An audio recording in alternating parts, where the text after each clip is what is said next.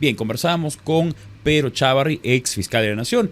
Vamos a darle la bienvenida ahora a nuestra siguiente invitada, la doctora Romy Chang, abogada penalista. Romy, ¿cómo estás? Buenas noches. Buenas noches, muchas gracias por la invitación. Bien, hemos al comienzo del programa y seguramente en otros programas en el transcurso del día se ha explicado un poco la situación legal, penal de Martín Vizcarra, pero la mayoría de gente no tiene el conocimiento de causa que tienes tú en materia penal, porque no son abogados, no son especialistas, y a veces el lenguaje penal, legal, puede ser un poco complejo, ¿no? Es casi otro idioma. Tú eres experta traduciendo del idioma legal al idioma castellano, al idioma laico. Entonces, a ver si podemos tratar de desglosar un poquito lo que ha pasado en la sentencia, porque obviamente conocemos 14 años, 4.2 millones de soles, ya conocemos cuáles son los casos, pero qué cosa hay detrás, ¿no? ¿Cuáles son los delitos que se le imputan a Martín Vizcarra? Partamos por eso. Y luego también cuáles son los otros casos, ¿no? Cuando vienen, cómo es el proceso, en qué andan, qué más esperar. Sí, bueno, a ver, lo primero que hay que entender es que a él se le está atribuyendo el delito de cohecho. ¿Qué significa cohecho? Corrupción. Corrupción. Por eso es que en ese delito lo más importante es probar el pago de una coima. Ya. Porque el delito sanciona en general a cualquier funcionario público o servidor público que recibe dinero, coima, beneficio, cualquier tipo de ventaja a su favor, para hacer algo que puede ser, ojo, contrario a sus funciones, o sea, algo que no debía hacer porque es contrario a la administración pública, o también incluso por hacer su trabajo correctamente. El asunto es que el funcionario no debe de recibir plata por eso. Entonces, aquí el tema central para la Fiscalía, en el caso del señor Vizcarra, es demostrar que él recibió plata por hacer algo contrario a su trabajo. ¿Por qué? Porque aquí se le está atribuyendo que él en dos obras, ¿no? Una vinculada al tema del Hospital de Hilo y otra al tema de Moquegua, él habría beneficiado indebidamente a ciertas empresas a cambio de que le dieran algunas ventajas, en este caso plata. Ahora, tú mencionas que lo más importante es probar justamente ese intercambio de dinero. ¿Qué cosa es lo que se encontraba? ¿Una cuenta bancaria, una factura, un yate comprado? ¿Qué cosas se encontró? Así es. Aquí viene el tema central, ¿no? Y lo que va a ayudarnos a entender por qué la Fiscalía coge, por ejemplo, al señor Vizcarra como principal protagonista, pero decide llegar a un acuerdo con el empresario, ¿no? Que es una de las cosas que critica el señor Vizcarra. ¿Qué pasa? Aquí la Fiscalía se concentró en seguir la ruta del dinero. O sea, vio de dónde salió la plata, por quiénes pasó y cómo se le entregó al señor Vizcarra el dinero. Por eso es que primero se aseguró de conseguir que el empresario, uno de los dueños de una de las empresas, reconociera que cometió un acto de corrupción, porque a él también se le sanciona por actos de corrupción, ¿no? Solamente que él llega a un acuerdo con el Ministerio Público, pero se declara culpable. Claro. ¿No? Ese acuerdo lo que permite es que se le conmute la pena, que se le reduzca. Básicamente que no vaya a la cárcel. Que no vaya a la cárcel. Sí, porque el delito de corrupción tiene una pena que va en un rango, que es lo que llamamos nosotros los penalistas la pena abstracta, ¿no? Por ejemplo, entre 4 y 8 años de cárcel, ¿no? Entre 4 y 10 años de cárcel. Entonces, claro, hay un rango con el cual el juez puede juzgar, puede medir, ¿no? En función a la persona, sus antecedentes, si se acogió a un tipo de colaboración eficaz y, por supuesto, el pedido de la Fiscalía, ¿no? Entonces, lo que hizo el fiscal fue, a ver, yo tengo que asegurar aquí de dónde salió la plata, porque esto es lo esencial, ¿no? Y si el empresario me reconoce que sacó plata de su empresa para pagársela al señor Vizcarra, ya hice gol para empezar, o sea, ya voy bien caminado. Entonces, él dijo, ok, venga empresario para acá. Yo voy a empezar a investigar este tema. Si usted a mí no me confiesa su delito, entonces, bien simple, yo voy a buscar otros colaboradores, lo voy a dejar afuera, pero igual voy a buscar demostrar que a él le dieron dinero. Entonces, el empresario ahí, claro, lo que ha dicho es, no me voy a arriesgar. Claro, acepto, ya está. Yo acepto, busco mi acuerdo y confieso y colaboro. Y ahí el fiscal aseguró un elemento, una herramienta muy importante, porque aseguró evidenciar de dónde salió el dinero, los movimientos bancarios, los cheques que fueron sacados a nombre de la empresa y, claro, luego a quién se le dio el dinero para continuar en la ruta. Y en esa ruta, digamos, me imagino que no es que el gerente general le dio la plata en un maletín a Martín Vizcarra, sino que hubo mediadores en el proceso, ¿no? Así es. O sea, y esos ¿cómo fue esa ruta? Exactamente. Y esos otros mediadores, que algunos son trabajadores del empresario, otros por ahí amigos del señor Vizcarra, esa ruta es la que siguió el fiscal para ofrecer otras colaboraciones eficaces. Entonces le dijo, a ver, a mí me han dicho que usted le han dado plata. Claro, la primera reacción de toda persona es decir, no, yo soy inocente, ¿no? Pero cuando ya ven las pruebas, dicen, uy, caramba, van con el abogado, les dice, oye, dos opciones, o sea, tú has cometido el delito. Me acabo de acordar que sí. Entonces ahí te dicen, ok, sí, pero eso pasa por aceptar, o sea, ser aspirante a colaborador pasa por aceptarse responsable. Y hay que pensarlo muy bien, porque tiene un riesgo. Que es lo ser que la gente aspirante no es lo mismo que ser colaborador. Para nada. Y en el caso del señor Vizcarra ya todos son colaboradores. ¿Cuándo se convierte el aspirante en colaborador? Cuando se prueba lo que dice. Ok. Y cuando sirve para el caso. ¿Y se prueba con un objeto material? Elementos, claro. O con los dichos de otras personas. Electrónicos, con WhatsApps, con retiros de dinero, con movimientos bancarios, con todo eso, ¿no? Fotografías en el caso vieran, ¿no? Sí. Entonces, en este caso, el fiscal dijo, ok, a ver, señores, ¿quién viene conmigo y quién se queda, ¿no? Sí.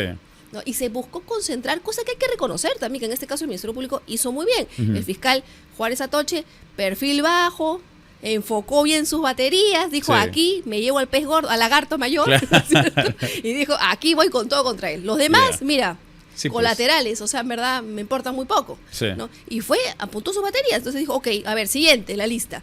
¿Usted acepta? Dijo, bueno, sí, yo voy a ser aspirante, y ojo, es lo que te decía, reconocen responsabilidad con el riesgo de que si luego el fiscal les dice, lo que tú me das no me sirve y ya no quiero que tú seas colaborador, y por tanto no continúo con tu proceso, tú ya te fregaste porque ya te declaraste culpable. Claro. O sea, ya tienes claro el destino. O sea que estos colaboradores han festejado el día de hoy, porque significa, listo, lo que di yo funcionó, así que yo me libro, al menos en parte. Bueno, ellos ya habían aceptado, o sea, ya se había culminado su proceso de colaboración, o sea, ellos ya hace tiempo celebraban porque decían, me salvé de la pena gorda, ¿no? O sea, pero sí estaban obviamente a la expectativa, porque esto de alguna manera es el final, ¿no? Sí. El que el fiscal esperaba, o sea, le salió todo bien, metió el gol de media cancha y por tanto ellos también dicen, ok, nadie viene contra mí, ¿no? Sí. Ahora, tú decías que este delito suele ser entre 4 y 8 años, sin embargo han sido 14 años para Martín Vizcarra. Sí. ¿Por qué? Pero porque él tiene, cuando es funcionario público con las agravantes puede llegar hasta los 10 años, si mal no recuerdo, en el caso de corrupción. ¿Pero por qué? Porque acá son 2 obras.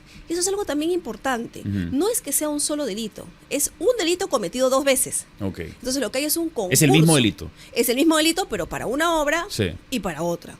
Esto es como, por ejemplo, pues no sé, voy a poner un ejemplo feo, pero que a veces ocurre, ¿no? Es como matar por encargo, o sea, extorsionar a una persona y luego a otro empresario. Claro. Es que no es una única extorsión. Estamos hablando de caramba, una persona que ha matado a 2, ha extorsionado a 2, ¿no? Entonces son 2 homicidios, son 2 extorsiones y las penas se suman en esos casos. Entonces aquí la fiscalía dijo, ok, yo voy a pedir por un caso una cantidad de años, por otro caso otra cantidad de años y las voy a sumar.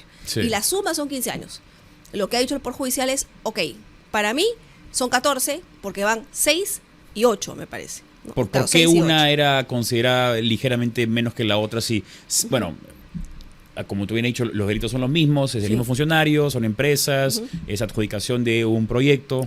Por el nivel de participación del señor Vizcarra y por los elementos probatorios que tal vez también tendría el fiscal, ¿no? Y también muchas veces por los montos, la gravedad del hecho, ¿no? O sea, son varios criterios que el fiscal toma en cuenta y que justificó, ¿no? En la sentencia también se menciona un poco de eso, es un poquito más enredado, pero bueno, el Poder Judicial concluye en que por un año son 6 años, porque no es tan grave, y por el otro son 8. Los montos también de coimas son distintos, ¿no? Ahora, ¿el señor Martín Vizcarra va a entrar a la cárcel cuándo o cómo es el proceso judicial que le sigue ahora? No, él ya, como se resolvió darle una pena efectiva, no suspendida, que era una hipótesis también. Entonces, él ya hoy ya está conduciéndose para que el INPE le dé el penal a donde va a acudir, sea ya, pues no sé, junto con los expresidentes o un penal común, ya eso es otra historia que no tiene nada que ver con el Poder Judicial realmente, ¿no? Sí. Pero ahí el debate se daba en que, y su defensa ha reclamado hoy día, que por qué no le suspendieron la ejecución de la pena, ¿no?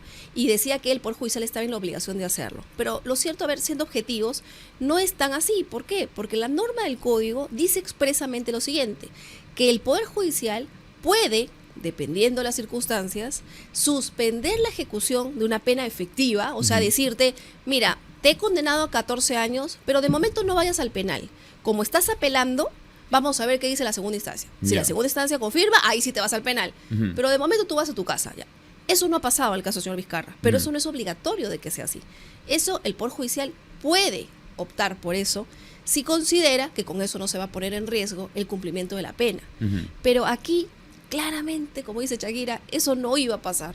¿Por qué razón? Porque el mismo señor Vizcarra ha puesto en evidencia que para él es un tema político. Él dice que esto es un tema político. Claro. O sea, él mismo está diciéndole al Poder Judicial, yo puedo ir a buscar un asilo.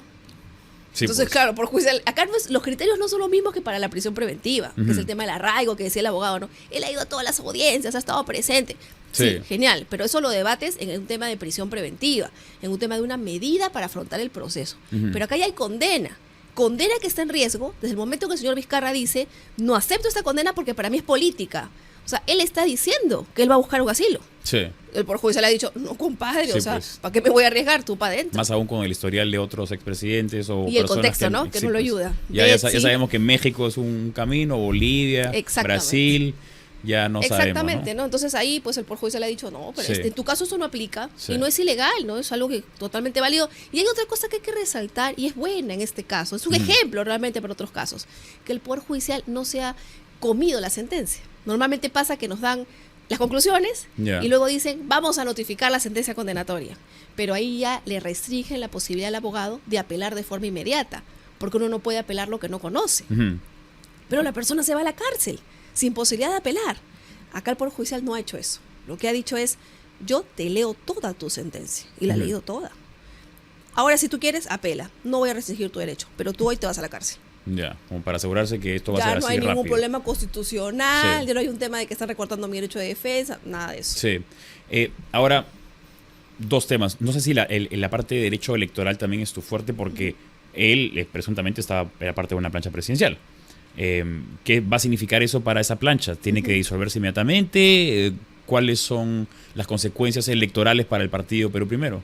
A ver, yo tengo entendido que él no iba dentro de la plancha. El que está es el hermano. Claro, pero él lo quería meter igual así de... Eso no iba a ser posible, ¿no? Lo que él decía por eso es que él era presidente de campaña, jefe de campaña. No, y que bueno, que el hermano era el candidato, ¿no? Sí.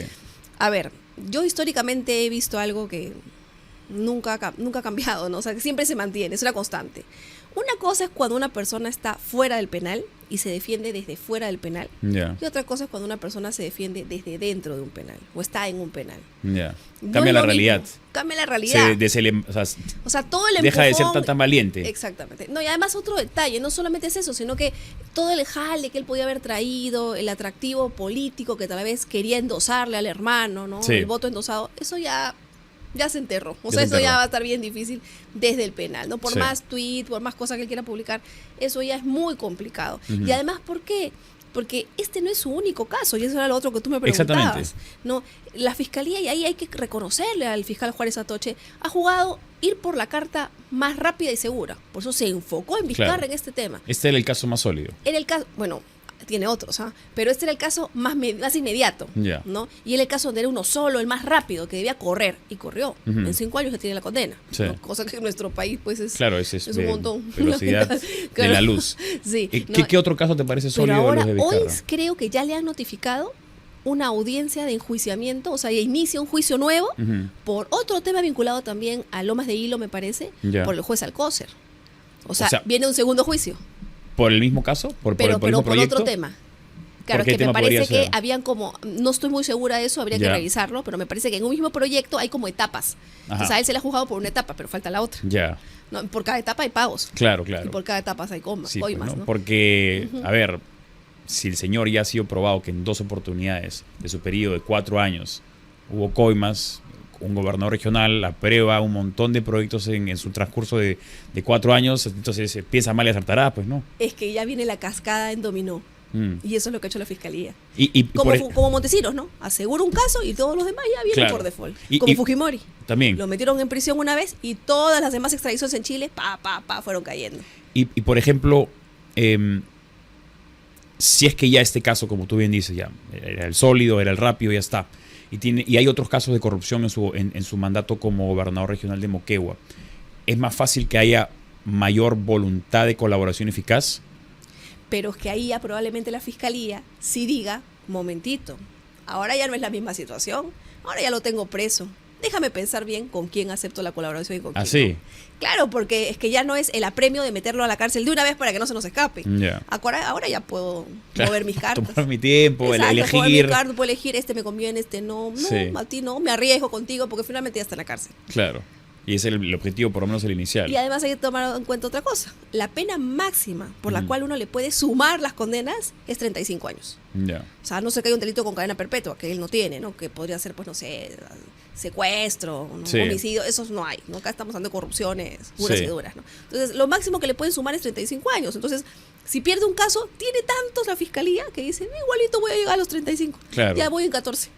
Claro, voy sumando, voy eligiendo ya 7 por aquí, 5 por allá. Sí. Exactamente. Ahora, de los demás casos que tiene, no sé si también está familiarizado con todos los casos. Con algunos sí, porque como tiene tantos, claro, ya a ver si nos puede dar un poco más de luces acerca de lo que se viene. El que ya ahorita se viene es por un tema de colusión. También por el tema de hilo, están pidiendo 10 años de cárcel por tela, ya damos 24, ¿no? Y ya le notificaron el enjuiciamiento, entiendo, hoy día. Eso también es como gobernador, pero cuando era ministro de Transportes o ya de presidente. Eso ya es Richard Swing, ¿no es cierto? Lo del vacuna Gates, ahí tiene varios otros, ¿no?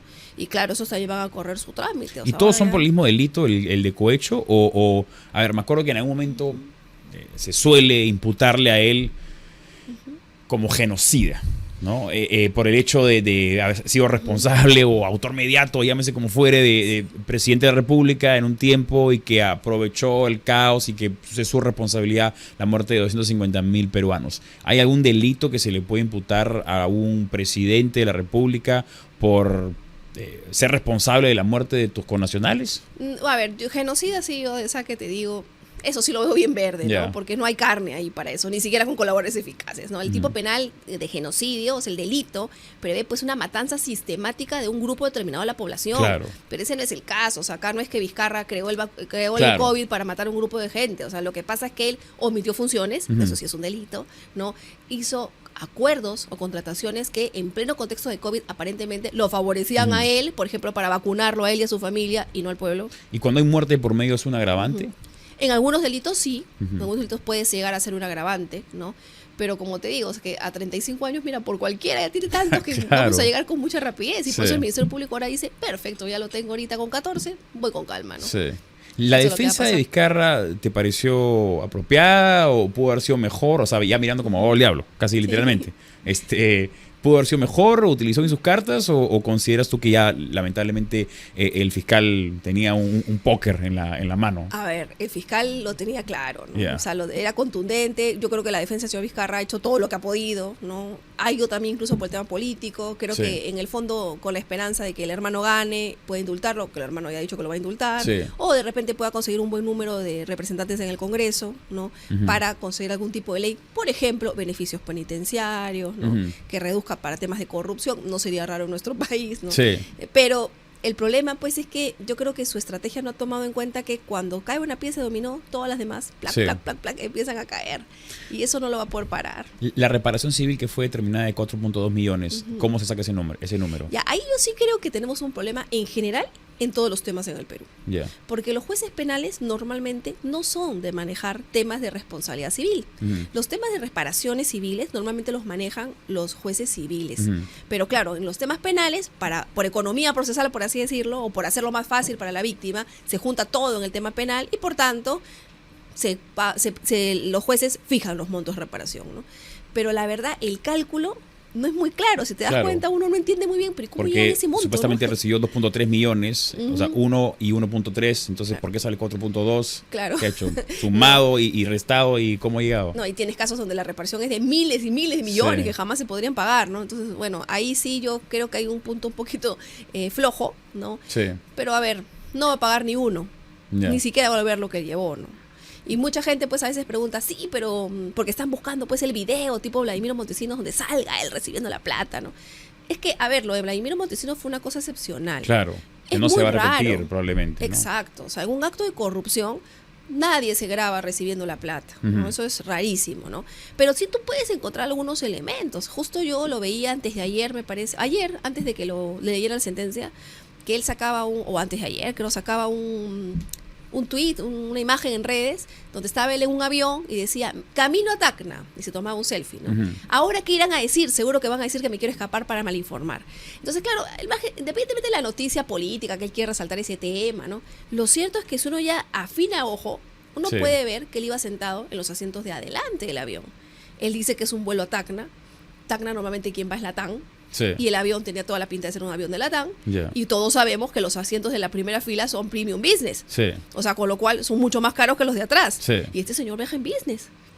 Claro. ¿Y dónde está la plata? ¿De dónde sale? ¿De dónde sale? Sí, pues. Claro. ¿No? Entonces, tú por esos datos, como dicen, ¿no? Ni la tos ni el dinero se pueden esconder. ¿No? Y eso es lo que creo que le pasa un poco a él, ¿no? Sí. Bien, Romy Chan, abogada penalista, estuvo con nosotros. Romy, muchas gracias por acompañarnos y por traducir al castellano este intríngulis que es a veces el lenguaje legal. No, gracias a ti, un placer para mí.